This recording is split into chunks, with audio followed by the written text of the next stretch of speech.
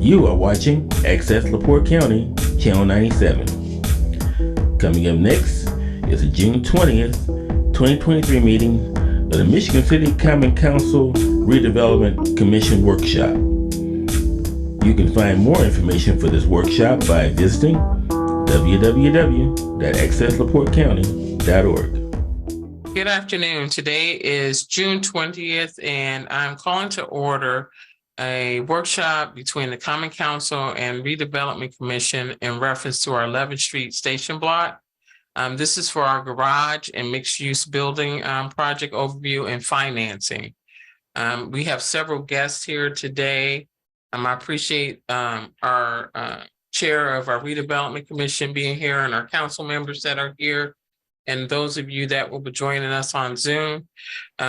To get started, we will start with our planning director, Skylar York, will give us a brief overview of what we're going to be discussing, and then we'll have presentation by our bond, I guess we call them bond counsel. Bond counsel, you're correct. And talk a little bit about our planning calendar. Yes. I'll turn it over to you. Thank you. Today, thank you all for coming. I'm Skylar York. I'm the director of planning. Thanks for taking time out of your day to be here. This afternoon, we're actually going to be introducing our 11th Street. You've probably heard a lot about our 11th Street station, but today we're going to formally introduce it. I have members from Flaherty and Collins here today, Mr. Brian Prince and Keith Cole. They will be giving you an overview of the project itself, the development itself, some interesting statistics related to developments that they've worked on in the past and what we think we will see here with this development. Then we will transition into more of the technical aspects of the project with related to how the financing of this project at a local level. And I'll hand that off to our bond counsel, Mr. Rena Frompola and Andy Mauser. And then if we get into some technical details with respect to operations, things of that nature, Mr. Alan Cernick will be here and help me try to answer some of those questions in lieu of Mr. Adam Collins not being here right now, but he will be here for that later meeting. With that, I would like to introduce, I'm going to, hand it off to Flaherty and Collins and bring up Mr. Brian Prince and Mr. Keith Cole. Thank you, guys.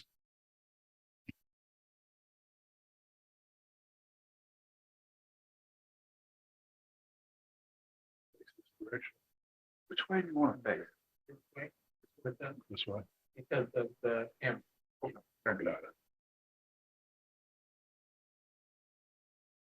How are you, everybody? Good afternoon. My name is Brian Prince, Vice President of Development Principal with Flaherty and Collins, based in Indianapolis, Indiana.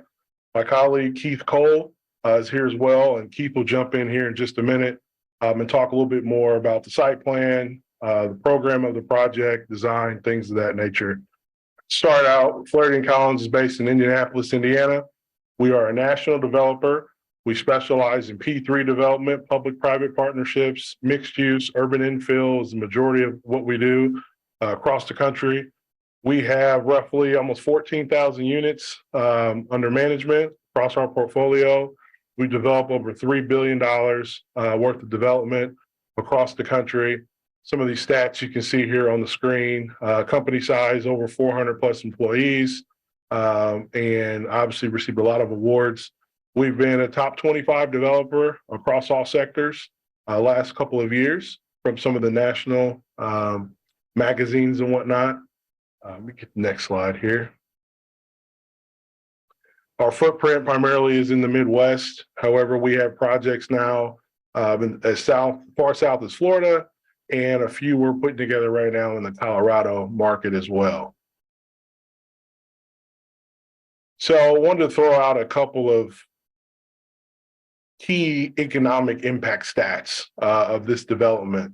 I think one thing we kind of want to talk about here is that economic impact from this project will be well over $200 million just from this project alone in the first 5 years. based that information based on studies that Crow Horwath has done in the past for similar projects that we've done in the communities. And they look at a 5-year window of direct and indirect impact to the community. So for instance, we had a project that we did not too far from here in Elkhart, Indiana. It was a $35 million project, and it had over a $65 million economic impact over a 5-year window. So you look at this project and it's $93 million we're up to now, total development costs. And you look at the direct impact, obviously, of construction jobs that are created, wages, sales tax, but then you look at the indirect and you say, okay, well, those employees as well are going to be spending money in the economy. We're hiring local construction workers, things of that nature. Then obviously there's a number bigger than 200 million that is a spinoff of a catalytic project, right? So what else is spurred from this development? Those numbers aren't computed in that 200 million. Another good stat to look at is a recent project in Mishawaka that we did. That project saw 80% of the residents in that development came from outside of the area. Within that 80%, we saw another 35% of those residents came from outside of the state of Indiana. So, but for that development, those people wouldn't be there, right? We know that that number is going to far exceed here in Michigan City as a result of that project. Mishawaka is a riverfront project, no TOD, no transit, oriented. You're not getting to Chicago, from Mishawaka. Here you have that factor. So I think that that number is going to be exponentially higher than those percentages that we're seeing. Additionally, a great economic tool is that over 50% of our residents, when they leave us, stay in the same zip code or in the same area and then buy a home. So typically the people who are progressing out of our developments are the young professionals, boy meets girl, girl meets boy. Maybe it's family time, you need more space, you want a home, but you come to know and love the area that you live in. So then you choose to purchase and stay in the same area and keep enjoying the same amenities that you loved before in the community. Another key thing to hit on is currently with these properties being city-owned properties, the assessed value is $0, right? Once these developments are in place, the assessed values are going to be in excess of $60 million on the property, and we are giving a minimum property tax guarantee of $810,000 per year annually. Obviously, you spoke about the project creating several jobs, keeping those dollars here in the local community. And I believe that this project will attract a large amount of individuals from the Chicago region who live and work in that area, but can enjoy saving some money, living on the Indiana side, and have those disposable dollars go further in this local community, which in turn will create more jobs for businesses to open and help the already existing businesses even more thrive in that environment. Next slide.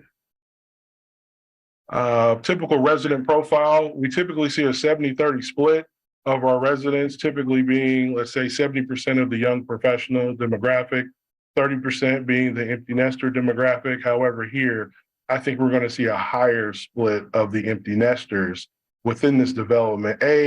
Those with more disposable income coming over, as I mentioned, from the Chicagoland market, wanting a piece of Michigan City, the great amenities, the beach, things like that that are offered here.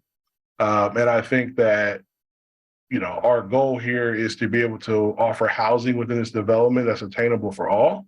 So we'll have a higher percentage than we normally would have of studio units, which we're really considering those to be our workforce units, to give the opportunity for those to get into the building and pay for the space that they need and not have to pay for more unit than maybe they necessarily need, but you need options for that workforce, level demographic. Let me see the next slide.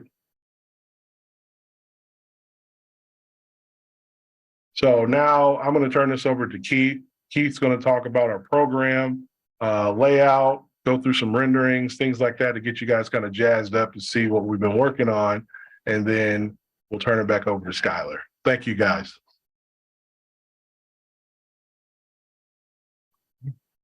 So as Brian had mentioned, my name's Keith Cole. I oversee the architecture and engineering teams to come together and build a grand vision for this property. As we flip through these slides, I'll kind of give you the descriptors of kind of what the project mix is. We'll fly over from a 30,000 square foot view down and then transition into what kind of the look and the feel of the internal community will look like. So the flip back one slide, if you will, about that. So this view shed is you'll see from the southwest. So in the foreground and to the right, you can kind of see the double track project that NICTE is almost finished with. In the far background, what you notice is kind of that red brick building. You can see the historic South Shore facade from that component. So one of the first major pieces as this overall project on the east half of the property is a 540 plus space parking garage. It includes the historic facade preservation and the station for the double track as part of that structure. In the foreground, to the west side of the lot, you see that towards the back, there's the 12-story residential tower component. Towards the foreground, there is a 4-story over commercial podium component. Go ahead and flip to the next slide. This highlights from Pine Street view along what was 11th Street, the look towards the facade. So there'll be 2 entry points. There'll be one off Pine Street into the garage. There'll be one off the north side of the building as well. But this will be the main station integration for ticketing and platform access. Good, flip. This is a kind of a global overview. So what would be screen left would be the tower, that top L shape with the low rise component along the bottom, the southwest corner, the bottom left. The right half of that large square that indicates the rooftop park, which we're in process of vetting the final design of. So that will be a public access park, accessible by the tower residents as well. And that will top over the actual garage portion of this project that serves both the commuter and the residential function of this property.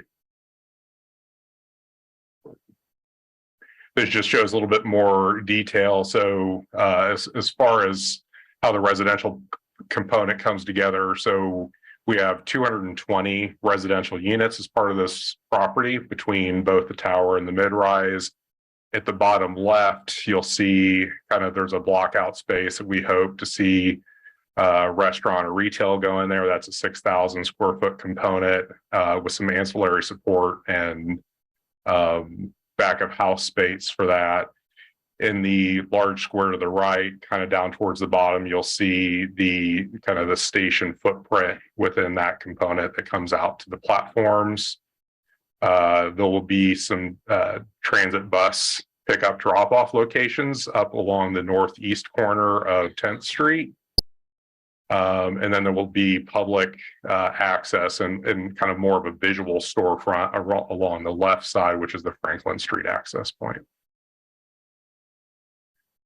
The character and feel of this is, since we were tied together as a TOD project with the historic South Shore facade component, we want the look and feel of the Franklin Street, Franklin apartments to have a similar theme. And so hopefully the goal of this is there's integration of commuter times within some of the messaging boards. And so we're really trying to tie the components of the TOD to the residential piece, just giving the look and feel the rest of the way through. So at the first floor of this, we'll have the main amenity space. There'll be a courtyard that'll serve some pool function and outdoor cooking and dining area.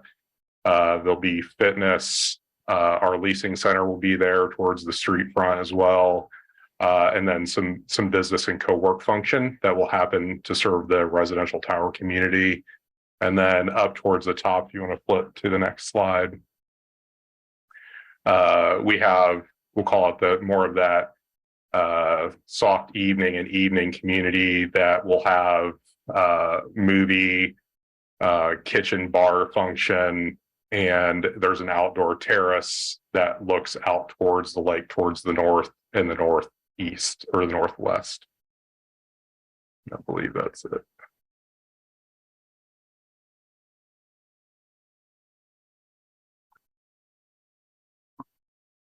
Thank you. Thank you for the overview. Madam Chair, would you like for me to go to the next, or how would you like to? Well, I would like to see if there are any questions from the council members or our Chair Gertner from the Redevelopment Commission for them. Any questions? Not at this time, but maybe at the end.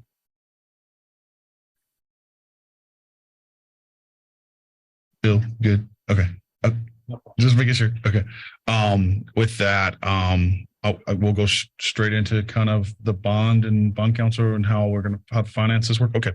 I'd like to introduce Mr. Randolph Rampolla and Mr. Andy Mauser. They are our bond counsel for the Redevelopment Commission. Alan, do you have anything to add? Okay, we're good. Okay. Looked like you were going to say something. Sorry. And I'll hand it over to them and kind of walk us through the bonds with the city and just kind of where we are and where we're going to go. All right. Good afternoon. Again, I'm Randy Rampolla with Barnes & Thornburg office over in South Bend. And I will just talk briefly about the mechanics and structure of the financing, the legal aspect of it, and then I'll turn it over to Andy Mauser, who can talk about the financial aspects of it. What I might do is just step back and think about, or ask you to think about bonds that, and some of you have been around that where the Redevelopment Commission has financed projects in the past using the Redevelopment Authority. And I know one question that has come up before is, why aren't we using the Redevelopment Authority here? Why do we need to use this building corporation? And it really just does have to do with the structure of the bond. And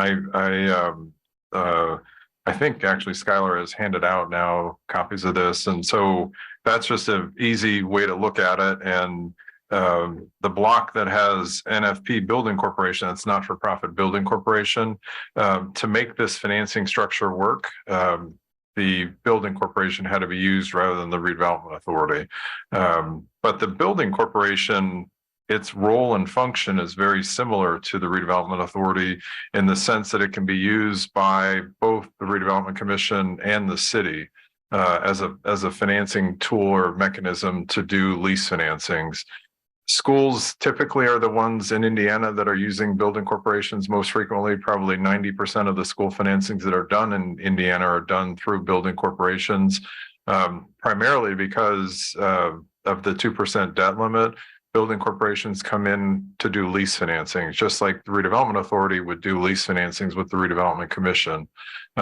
So the building corporation will survive this deal. And in the future, to the extent the city, for example, if you were ever to replace the city hall, this large project, you might need to do a lease financing, in which case the city could use the building corporation as a vehicle to do that.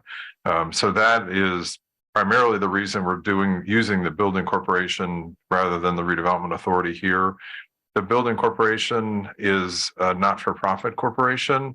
It acts as an on behalf of issuer with respect to the city under the federal tax code, meaning that it is completely tied at the hip to the city.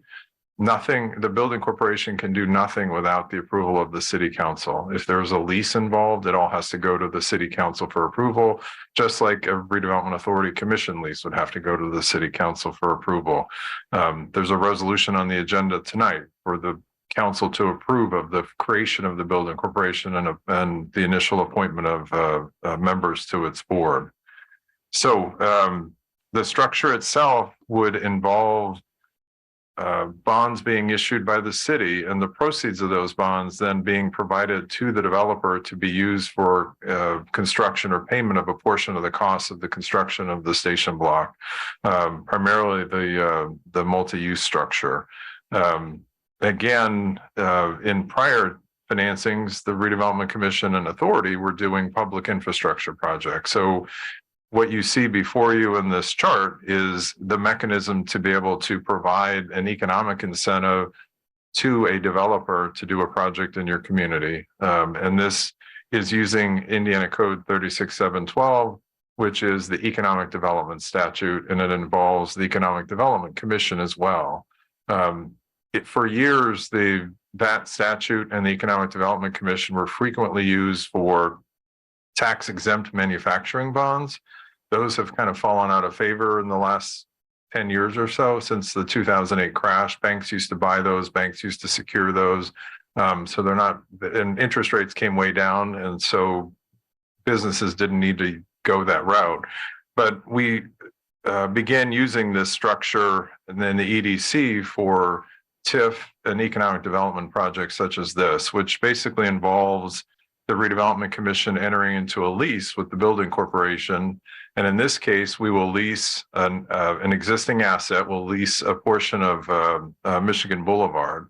And that would allow then the Redevelopment Commission to pay a lease rental to the building corporation. That lease rental then becomes the revenue source for the bonds that will be paid, issued by the city, but paid by that lease rental payment. The rent payments come from two primary sources, one being the project itself. You heard Brian speak about the taxpayer agreement and the guarantee of the increment that they're willing to provide to the city. So that increment will be used and that taxpayer agreement will be in place. To the extent that, and it will never happen, but to the extent it were to happen, if the developer failed to make the payments, or to the extent the TIF wasn't available from the project, the developer would step in and make the payments. And if the developer didn't make the payments, that essentially becomes, the taxpayer agreement becomes a lien on the property equal to a property tax lien. So it would come before any mortgages or anything else. It would be superior. So for that portion of the increment that will be used for this financing, the project increment, the taxpayer agreement backs that up. Before you move forward, yes. can you step back, because you're going a little fast. Oh, sure. Yeah. We have more time right now than we will later. Okay. So, because I think the leasing of the road piece is probably something new for a lot of our council people. Sure. So if you could kind of step back, because we're talking about the bonds in the city, then the loan in the building corporation. So we know we need to establish the building corporation, but can you step back through that just a little bit slower? Sure. And talk about the leasing of the road? Madam Chair. Also, the EDC is the Economic Development Commission, not the Economic Development Corporation. I just want to clarify because yes, it gets a little confusing. We call them, we interchange those acronyms. And just to be clear, that appointment will happen tonight. And again, this is separate from Clarence Halls and the Michigan City Economic Development Corporation. The Economic Development Commission is a statutorily created body that the city has had in existence. You just, again, because of those financings not being utilized, you haven't had a need for it. So you just need to sort of repopulate the board. Yeah. But yeah, absolutely. Stepping back to the lease, the increment and the tax backup that I'll talk about in a few minutes that secure the financing, that can only happen through a lease. And so we need to lease an asset. And the easiest thing to do is lease an existing asset. We don't want to lease the project itself because it's a private project. We need to lease a public asset. And so what we've done in these transactions in a lot of communities, and a lot of communities have used this structure, is to lease the existing asset. And typically streets and roads are the best assets to lease. And so we've had talked with Skylar in the past and identified a portion of Michigan Boulevard that has a value that would equate roughly to what the lease rental would be. And the only purpose for that leasing of that asset is to provide the mechanism for the Redevelopment Commission to be able to pay the increment and secure the bonds with that tax backup. Leasing that does nothing to the road, nothing changes, from the day before the lease is signed to the day after the lease is signed, nothing changes. The city has ultimate control of the road as it would. To the extent that something needed to be done with the road in the future, if you were going to reconstruct it, make any changes to it, it would have no effect at all. The only thing that we need to have happen, and I've talked to Skylar about that, is that the road couldn't be shut down. it needs to be able to be used by the city during the period of the financing. We couldn't just get rid of the road, like close it down. Yeah, we'd have to keep it. Yeah, so and one lane on each side is fine, right? Yeah, but paving or reconstructing. I mean, we typically don't shut down entire roads. We keep them open. They're functional because we have a lot of businesses and a lot of residents. So I don't foresee us ever doing that in the future. So, and this road was the easiest one to do because of the long stretch of it. Rather than choosing 10 or 15 different roads, we chose this one because it was a long, golly, I think it's like a 2-mile stretch or something like that. And the value of that road was equal to the bond. So equal to the rentals that would be paid. So that was one of my main questions, was like, this doesn't, what effect does this have on our CCMG projects? Or if we wanted to bond the road and reconstruct the road, it doesn't have any effect on that. right. And then my response to Skylar is what I just said, as long as you don't close the road for months, right? If you had a situation, and some communities do, right? They do road reconstruction, they close a road for a period of time and they make people drive around. Skylar assured me that that would never happen. This is an important, and I drive it a lot myself. So I know it's an important road to the city, and certainly to get in and around the city. So as long as the road is not being closed, the lease rentals can be paid. And that effectively is the crux of the financing. The Redevelopment Commission leases the road from the building corporation. So there will be action to transfer the title to the road to the building corporation during the financing. The building corporation will then lease the road to the Redevelopment Commission. It's not it's more for financing purposes. Obviously, it's not a complete transfer of the road where the city doesn't have access to it or doesn't have a right to it. The city has all of the rights to it. It is just for the purposes of the financing that we are using the existing asset because we need to lease something. Without a lease, this financing structure doesn't work. So with the lease in place, then that allows the Redevelopment Commission to pay lease rental. And the lease rental, as I said, would be TIF from the project itself, which would have the taxpayer guarantee behind it. And then the other TIF, and Andy will speak more about this, but the other TIF that would be able to be used would be both TIF from the north side and TIF from the south side, TIF areas. And we are recommending and have talked about basically consolidating both TIF areas at this point. Many communities are finding benefits in doing that, because right now you have a southern TIF or south side TIF area and a north side TIF area. And to the extent you have increment in one or the other, it's difficult to use one from the other. You need, from a legal standpoint, you need to be able to make a strong case that the project that you are financing in one or other of the areas is a transformational project for the city, and that it would the entirety of the city will benefit from the project. Clearly, this is that case. I mean, you could make that argument with respect to this case, but as we talked through with Alan and Skylar and Andy and I talked about, you have a lot of projects in the south and a lot of projects in the north that don't qualify for that transformational status. And so to the extent one TIF is healthier than the other, you may find yourself precluded from using some of the TIF from one or the other. And so we're recommending that at this point, it would make sense just simply to consolidate the two TIF areas.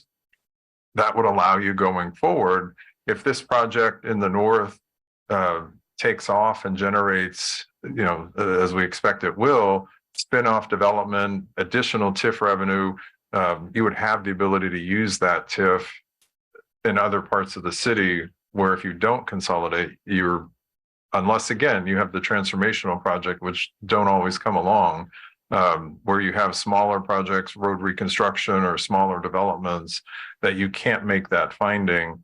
By consolidating, you'll be able to use the increment that's being generated from this or from the spinoffs that's not needed for debt service. And Andy will speak about that in terms of the coverage that you'll have increment available to make to use elsewhere. Great question. Yes. You're talking about combining those TIFs. Would there be, you talked about the pros of it. Are there any cons that could come up down the line for us in terms of combining? I don't know. I don't think so, because geographically, in combining the two TIF areas, we're not changing the base states from your existing areas. So all we're doing is geographically combining them so that you are able to spend increment either south in the north or north in the south. There's that transition. Exactly. Right. I also have a question, please. Yes. It's a little further back. I think I started going a little bit off the rails when we're leasing a road that already exists, but that's okay.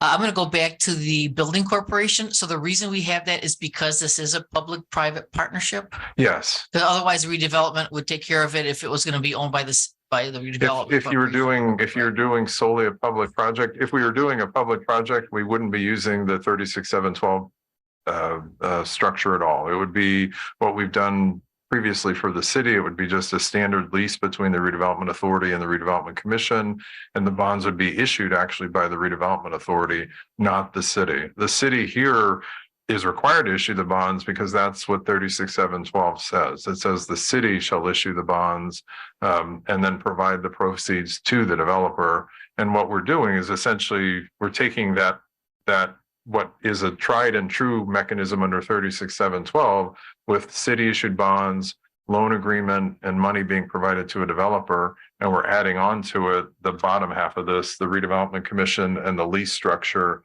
And that allows the TIF to flow upward to the bondholder, and that provides the security for the bonds.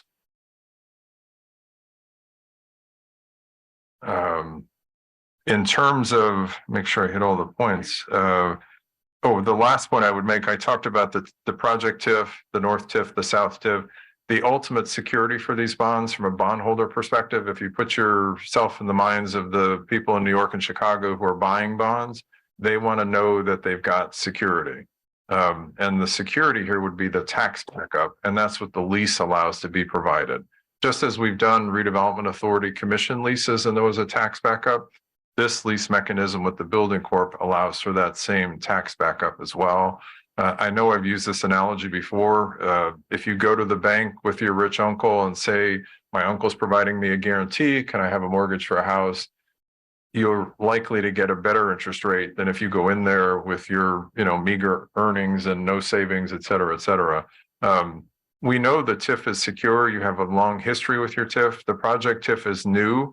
And there's the taxpayer agreement, but ultimately the bond market, and Andy can speak to this as well, the bond market will look to what security can you provide, and the tax backup will allow you to sell bonds at the lowest interest rate in the market possible. The difference, and Andy can probably speak to it, but the difference in interest rate between a pure TIF revenue bond and a tax backed is fairly significant in the market. Delia, we do typically with lease bonds. It's a pretty typical structure to lease. We've leased roads before in the past, like Cleveland was leased for a very long time. Ohio is on a lease bond, if I'm not mistaken. So it's not untypical to lease and it's an asset that's always there, right? So it's not going to go away. Roads don't typically go away, very rarely. So it's kind of a surety thing, right. Rather than it being a structure or something like that could go away. And when I say you can't close Michigan, the lease does have provisions in it that you can substitute property. So one of the reasons you lease a road is you don't have to worry about, for example, we could have chosen said, we're going to lease City Hall, right? We're going to lease the existing City Hall. But if City Hall burns down and if its value equated to what it needed to be to make the financing work, and City Hall were to burn to the ground, God forbid, then we have to look at another city asset. So here, the lease will provide, it has substitution language. If something happened to Michigan Boulevard, if it needed to go away for some reason, because of whatever, if the city's long-term view of development, the road was going to be moved or whatever, you would have the ability to substitute the leased asset. You could substitute it with other roads. And that's another reason the rating agency in particular likes roads, because they know cities are full of roads and you can always substitute other roads. You just have to the legwork to figure out which roads would equate to what value, you'd have to do that. And that's why, as Skylar said, leasing Michigan Boulevard for that period, the value of that road equates to the lease rental values in the lease. This does have a tax backup on it, which again, the city has used before with its redevelopment authority lease financings.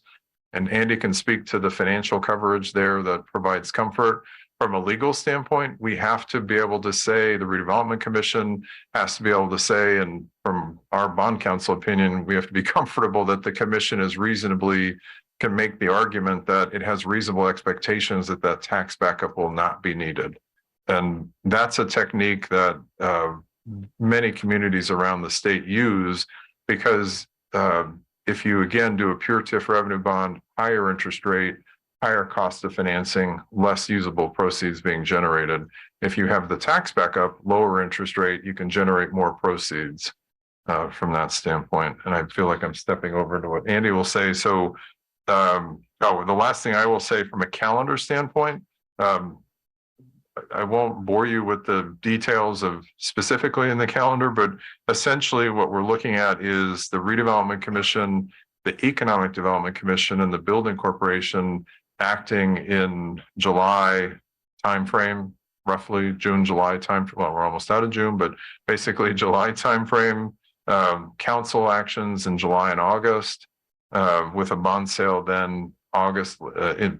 By the time the rating agency and all of that, we're selling bonds toward the end of mid to late September, with a potential closing then in early October. That's kind of where we are calendar wise at this point. With that, no other questions. I'm happy to turn it over to Andy to talk through the financing. Right, thank you.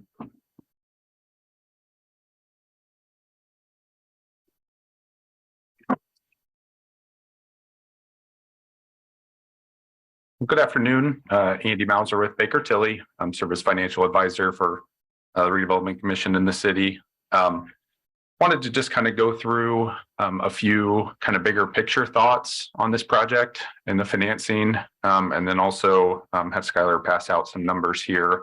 I won't go through this entire 18-page analysis, but did want to maybe just quickly kind of focus on the first few pages and kind of give you a idea of what we think the financing could look like, just based on current estimates. So I think, to start, I think the size of this project certainly is important and bears mentioning again, as Brian with Flaherty and Collins mentioned, this is projected to be about a $93 million project.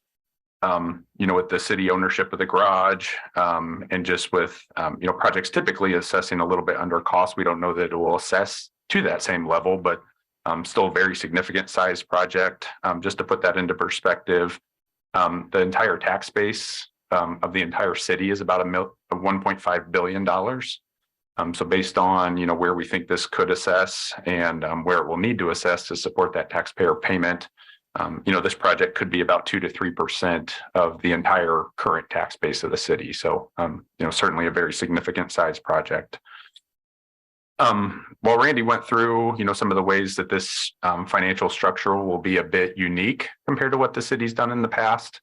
In a lot of ways, this is a very similar structure to what you've utilized because of that backing by the city that will allow us to obtain the city's current A+ bond rating, and then the lowest interest rate because of that bond rating. But much like many of your previous Redevelopment Commission financings, while it does have that tax backup, we fully anticipate that the financing will be, completely repaid from Redevelopment Commission revenues, and that tax backup will never need to be used. Very similar structure to what a lot of communities around the state use for similar projects. So while it is a bit unique here or new in Michigan City, again, something that's very common. And as I'll highlight here in the numbers, that structure of leasing the existing roads will actually allow us to make payments on the financing much sooner and save us, potentially several million dollars that we would otherwise need to pay from the financing itself. So it's a much more efficient structure and a lot of savings to the Redevelopment Commission in the city because of that. So I did want to go again through some of these kind of more detailed numbers, but certainly feel free to help or stop me with any questions as we go. These are really estimates. We will plan on starting the approval process here soon, and then hopefully be ready to issue bonds by this fall. So much like we've done in the past, we will ask the council and the redevelopment commission as we go through approvals to approve not to exceed amounts. And then when we go to bond market this fall, then we will actually issue and typically would come in below those approvals.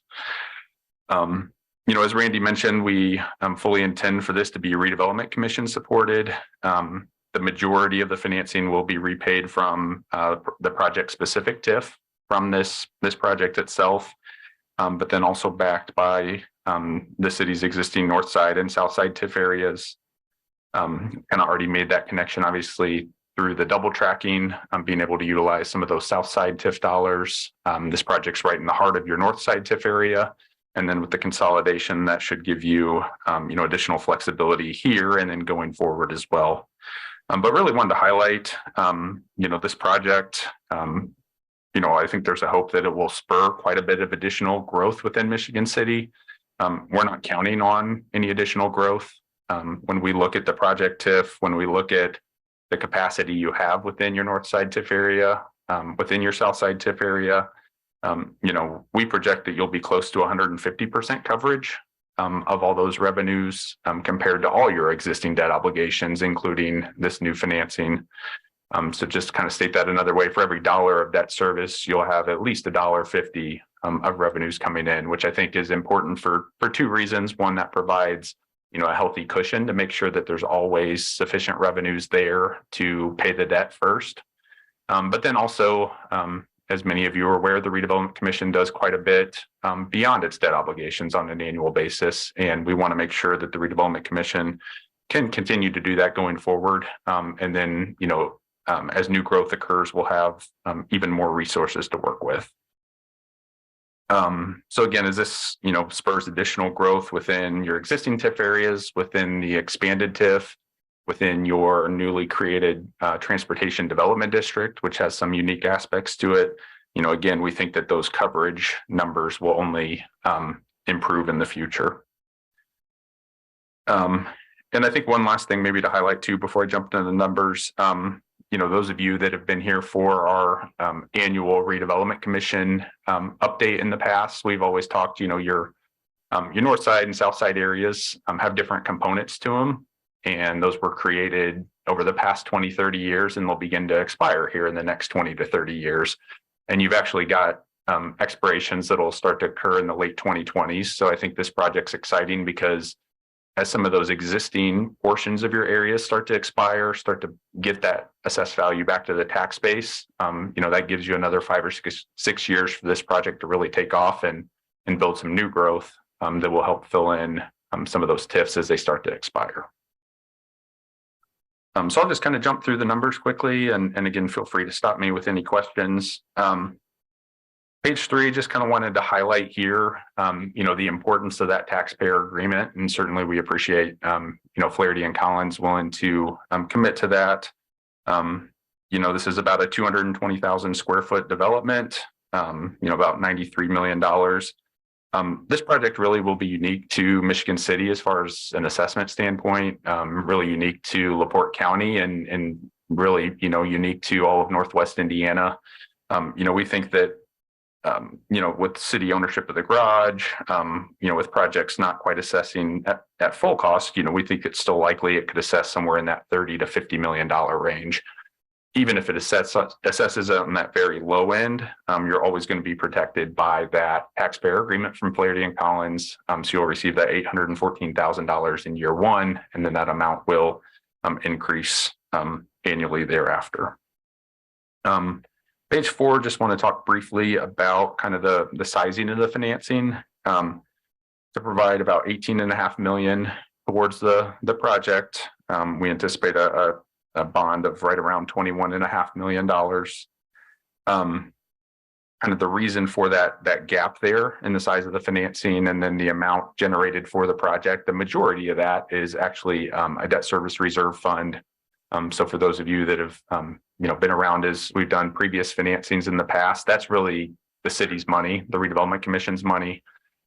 It will be set aside from bond proceeds, but then it will remain in an account through the life of the financing and can actually be used to make the last couple of years payments on bonds. So, a good portion of the financing costs, as I mentioned, really is your money that'll stay there and will help you make bond payments in the future. Want to focus quickly on page 5. This is what we think the repayment of the financing could look like. So you can see the $21.5 million bond repaid through 2048, so a 25-year financing. Again, these interest rates are estimates kind of based on where the market is currently, but we do have some cushion in there to allow for some market movement, again, between now through the approval process over the next few months, and then when we would actually get to market this fall. But these rates assume a couple important things. One is that tax backup, which will allow us to obtain that A+ rating.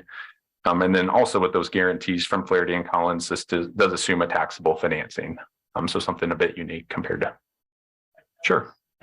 So these rates, are they reassessed every year or periodically? Like, are they, because it looks like they're changing on this chart. Yeah, no, these will be fixed when we sell bonds. The reason you'll see, lower rates on the 2027 maturity and the higher rate on the 2048 is, this entire financing will be sold to an underwriter, and then that underwriter will sell pieces to banks, pieces to insurance companies, different investors. And so really what you're seeing in the rates, difference there is, just those different maturities that are sold to different investors. Typically, you'll see a higher rate on that investment for the 25-year period compared to the 5-year maturity, for example. So it's kind of like a usual kind of a range. Correct. Yeah. And looking at these rates here, they range from 4.95 on the front end, about 6.3 on the back end. I would say your net interest cost would be somewhere in the probably 5.5% to 6% range. But again, that would all be fixed when we would sell bonds this fall, and that would remain fixed through the life of the financing. One thing I do want to highlight, I know it's been a topic of conversation, and I think is important to mention here. If you look, we've got interest only payments on the financing through the first 3 or 4 years. Total interest in those years is about $3 to $4 million. If we had leased a portion of this project rather than existing roads and streets, we would have had to capitalize that interest. So essentially set aside bond proceeds to make those payments, which would add about another $3 to $4 million to the size of the financing. So, rather than looking at a $21.5 million financing, we would have been somewhere in the $24, $25 million range. And then one other thing I wanted to highlight again, there are those interest only payments in the early years, which will help sync up the project with the project TIF stream. But then after that, we've tried to front load the financing as much as possible to keep your financing costs across the life of it down as much. So you'll see payments are, just north of $2 million through 2039. And then in the later years, those decline. So that's really two purposes there. One is to keep the financing costs down by paying as much off in the early years as possible. And then the other piece of that is as your TIF areas start to expire, we want to make sure we don't over obligate you in those later years. And then I think the page that probably pulls it all together here on page 6, and this is very similar again to those of you who have sat through our redevelopment commission update in the past. We've taken a look here at your existing north side TIF, currently about $4.4 million, but will expire here over the next couple decades. Your existing south side TIF, about $3.3 million currently, but then also with those future expirations. We've added in the project specific TIF, and then we factored in all your outstanding north side obligations, all your outstanding south side obligations. And then on the very far right of this page, the far right 2 columns, the first shows the amount of TIF we expect you to have remaining each year after your debt obligations. You can see, even with the bond payments starting here in the next few years, that'll stay north of, $2.5 million. Again, that's cushion. to make sure there's always enough TIF there to pay it. But then that's also to make sure the Redevelopment Commission can continue with its non-debt commitments in the future as well. And then if you look to the very far right column again, that coverage that I mentioned earlier, again, with cushion in the rates, right now we're showing about 147% coverage. I think if we were to take that cushion out of the rates, you'd probably be well north of 150%. So again, very healthy coverage from your TIF areas, just to provide that security and then make sure the city has other revenues going forward. That's kind of really what I wanted to highlight in the numbers, but be glad to answer any questions you might have.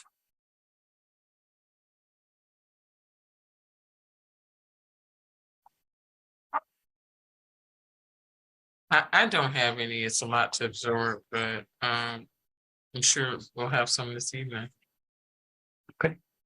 Well, thank you. I guess I'll turn it back to Skylar. Anything?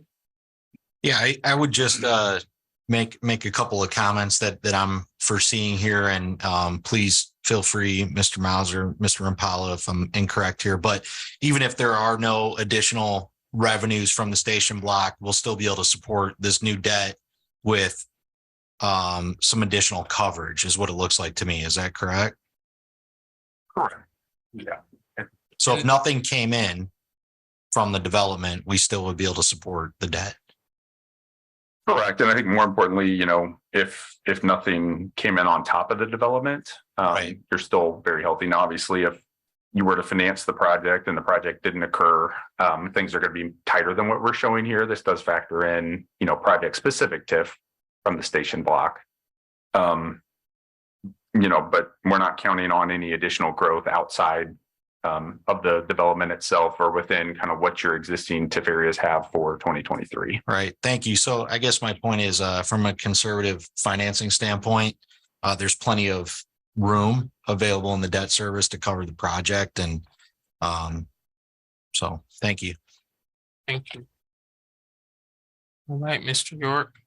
I was just going to say, Madam Chair, I would hand it back over to you to see if there's, I don't really have anything else to say other than I'm, excited about the project. I think it's a good project. I think it's good for our downtown. I think it brings some additional residents to downtown. And I think President Gertner's point is well taken, that without any further growth, but I think we are going to see growth in our downtown, and I think we are going to see growth from developments such as this and other developments that we have in the books or on the books right now that are hopefully going to happen in the near future.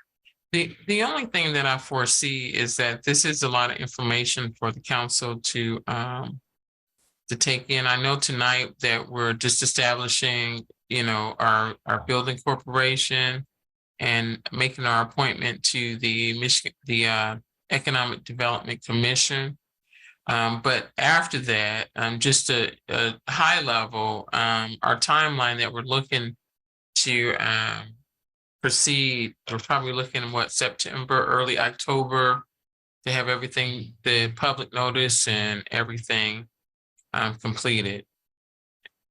Yes. Looks like the end of September. Early October. Yeah. So our goal is to close on the bonds by October. Right. And I didn't want to go into detail, but because that could change. But in general, sometime in October, we would like to close on the bonds. So that's the process. That'll take meetings from the Redevelopment Commission, from the City Council, and a period of time for public input and comments. So more to come on that as we work through that. Hopefully, we will have that on the agenda sometime in August. Yes. I do have one more question. This is probably for Skylar. Can you refresh my memory? I don't remember this project specific TIF. So when did we approve that, or is that part of this whole deal, or what's going on? It's all part of the whole, it's all part of this project. The project specific TIF allows us to kind of capture specifically just the station block itself. So that 814,000, it captures just that. And Randy, I'm probably not doing that justice. Please jump in. Guaranteed amount that Flaherty and Collins has committed to the 814K. Yeah. But we didn't speak specifically. I spoke about the consolidating, the redevelopment commission taking the initial action to consolidate the two TIF areas. Part of that action, that declaratory resolution, will be to identify the project site itself as a separate allocation area. So that'll assign a separate life to that allocation area, and the increment from that project will be captured over the life of the bond. So it is a separate action that'll occur as part of the consolidation. Thank you. Quick question. Maybe you can walk me through the explanation, because I just foresee these questions coming up. And the way you presented to us, you said about 150% coverage with revenue to the payments, right? Right. Of the increment, and let Andy jump in too, but the increment that is being generated from your existing areas and the project itself, all of that will yield about 150% more than what you need to pay debt service. Yeah. Correct. So for every dollar that we pay in debt, we'll have about 1.5, $1.50 without using that tax backup. Exactly. And I think that's the way it should be explained to the council Tonight. Right. And that's also nothing else. And that assumes nothing else happens. And the point of that is it provides the security, right, from the city standpoint, the security that the levy will never be needed, and it allows the redevelopment commission to make the finding that it reasonably expects not to need to use the levy. And I'm just trying to write the lingo of how it should be presented to the council. Right. Some of us explain, understand this a little bit more than others, but I think that's more, breaks it down to more of a layman's terms to be able to say it that way, to help you out, right, and avoid a 30-minute session and questions on that. Right. Talia, the other thing I should mention with the separate allocation area, a large portion of the North TIF goes away in 2027. So we want to make sure that when that goes away, this bond will still be in place during that time frame. So we want to make sure we establish that separate allocation with a different sunset. So that'll just be the station block itself. So help a little bit. And so, like I said, for the future, there'll be several meetings in reference to this. There's several moving parts.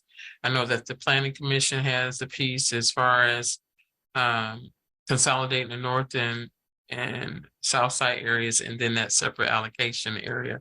Now, after that, will that come to the council? Yes. After the Planning Commission, They will make a recommendation to council. And then at that point in time, we kind of starts our process. Okay. All right. Well, that is all that I have. The mayor is in the audience. You have anything, Mayor Perry? Attorney LePage or Controller Hoffmaster? No? Alan? What? All right. All right. Well, I will call this meeting to close. I thank everybody who came to participate. And again, we will have some discussion, a presentation this evening at the City Council meeting at 6:30 p.m. Thank you. Have a good evening.